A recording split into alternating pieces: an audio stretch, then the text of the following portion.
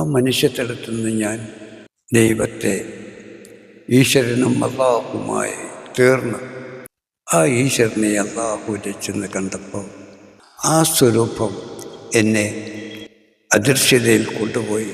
ഞാൻ എന്ന ബോധം നഷ്ടപ്പെടുത്തി. ഞാൻ എന്ന ബോധമില്ലാതെ ഞാനൊരു മഫായിരിക്കും ഒരു സന്നദ്ധയിൽ. ആ ഞാൻ എന്ന ബോധമില്ല, കുടുംബമില്ല, ഭക്ഷണവുമില്ല. ഞാൻ ഉണ്ടാകുമ്പോഴല്ല ഭക്ഷണവുമില്ല, ഞാനുമില്ല. അത് ആ അവസ്ഥ കൈവരിക്കുകയും ആ ഞാനില്ലാത്ത അവസ്ഥയിൽ നിന്ന് ഈ സ്വരൂപമുണ്ട്. അപ്പോൾ ഞാനില്ലെങ്കിൽ, ഇവിടെ ഞാനെന്നൊന്നില്ലെങ്കിൽ ഈ സ്വരൂപം കൊണ്ട് ആത്മാവും ഉണ്ട് അല്ലേ? അപ്പോൾ ഈ ആത്മാവും ഞാനെന്ന അവസ്ഥയില്ല, ഞാനെന്ന ബോധമില്ലെങ്കിൽ പിന്നെ ശുദ്ധാത്മാവാണ്. ശുദ്ധാത്മാവായി ആ ശുദ്ധാത്മാവിനെയാണ് അത് ആക്കിയിട്ടാണ് അദ്ദേഹം ഗുരു അദ്ദേഹം ദൈവം അല്ലാഹു എന്നെ ആദ്യ പ്രകാശത്തിൽ കൊണ്ടെത്തിച്ചു. ഞാൻ ആ പ്രകാശമായി നിങ്ങൾക്ക് വേണ്ട പ്രധാനമായ വാക്കുകളായി പറയുന്നു. ഞാൻ ആ പ്രകാശമായിരുന്നു. അതിനാണ് എല്ലാ മതങ്ങളും പറയും, നിലവെന്ന പ്രൊഫസറും പറയും, എല്ലാവരും പറഞ്ഞ പ്രകാശത്തെ കണ്ടെത്താൻ, വെളിച്ചത്തെ കണ്ടാൽ വെളിച്ചമാവാൻ എന്നൊക്കെ എല്ലാ മതങ്ങളും എല്ലാ ആത്മീയമായുള്ള എല്ലാവരും പറയും. ദൈവികമായൊക്കെ പറയുന്നത് വെളിച്ചത്തെ കാണുക, പ്രകാശമായി തീർന്നു. ആ പ്രകാശത്തിൽ എന്നെ കൊണ്ടിട്ട് ഞാൻ ആ പ്രകാശമായി തീർന്ന് ആദ്യമേ. പിന്നെ ഈ മനുഷ്യനൊന്നും ഞാനില്ല, അല്ല ആദ്യം ഇല്ല. എന്നിട്ട് ഈ ശുദ്ധാത്മാവും ശുദ്ധബോധവുമായിരിക്കുന്ന ഈ ശുദ്ധാത്മാവിനെ ആ പ്രകാശത്തിൽ കൊണ്ടുപോയിട്ട്, അപ്പോൾ ഇങ്ങനെ പറയുമ്പോൾ വേറെ ഒന്നും കൂടെ ചോദ്യം വരുന്നു നിങ്ങൾക്ക്. നിങ്ങളെങ്ങനെ ഉടലോടോ പോയത് പ്രകാശത്തിൽ കൊണ്ടിട്ട്? അല്ല, ഞാൻ എൻ്റെ ബോധമില്ലാതെ ഇരിക്കുന്ന ഞാൻ എൻ്റെ മനസ്സാണ് എല്ലാം കാണുന്നതും അറിയുന്നതും തിരിച്ചറിയുന്നതും ഒക്കെ. ആ മനസ്സാണ് ഈ ശരീരത്തിൽ നിന്ന് ആ പ്രകാശത്തിലേക്ക് ചേക്കേറിയത്, പോയത്.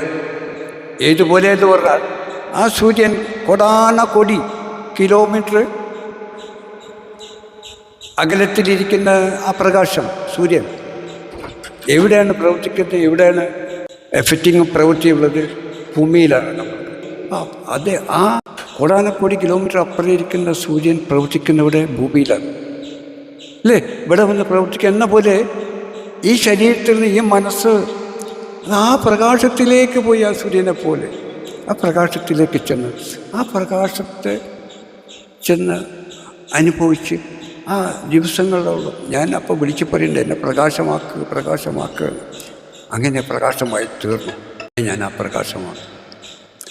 അതിനെ എല്ലാ മതങ്ങളും പറയുന്ന പോലെ പ്രകാശത്തെ കണ്ടെത്താനും പ്രകാശമായി തീരാനും പറഞ്ഞ പോലെ ഞാൻ ആ പ്രകാശമായി തീർന്നു.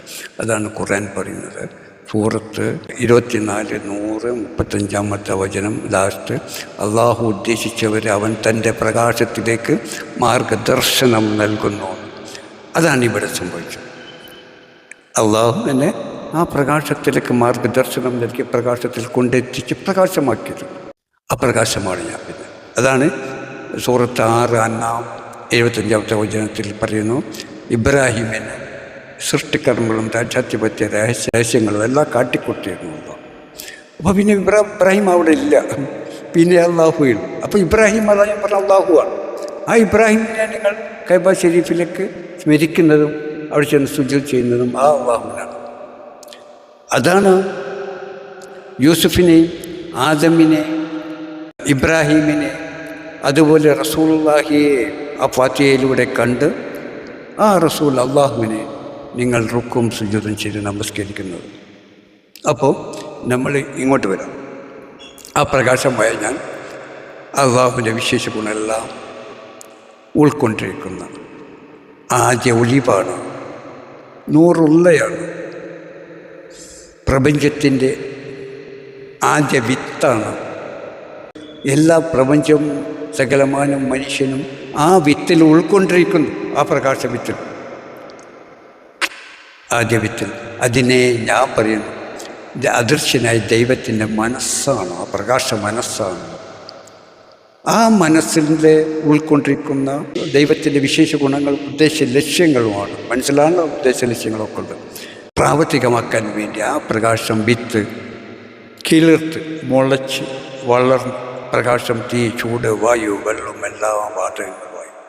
ഇതാണ് നിങ്ങളെ ധ്യാനം എന്ന് പറഞ്ഞത്. ഒരു ദിവസം നിങ്ങൾ സൈലൻ്റായി ഇരുന്നു കൊണ്ട് ആ അദൃശ്യതയിൽ ചെന്ന് ആ പ്രകാശമായി, പ്രകാശത്തിലൂടെ ആ പ്രകാശ വിത്ത് അല്ല പ്രകാശ മനസ്സ് മുളച്ച് പ്രസരിച്ച് വികസിച്ച് പ്രകാശം, തീ, ചൂട്, വായു, വെള്ളം, എല്ലാ വാതകങ്ങളെ വ്യാപിച്ചുകൊണ്ട് അർദ്ധനരീശ്വരനായ ശിവസ്വരൂപമായും, അല്ലെങ്കിൽ നിങ്ങൾക്ക് മുസ്ലിമുകളാണെങ്കിൽ അശ്ഹദു അൻ ലാ ഇലാഹായും, ശാസ്ത്രം പറയുമ്പോൾ പ്രപഞ്ചമായും, ഈ പ്രപഞ്ചത്തെയാണ് അർദ്ധനരീശ്വരനായ ശിവൻ എന്നും ലാ ഇലാഹ എന്നും പറയുന്നത്.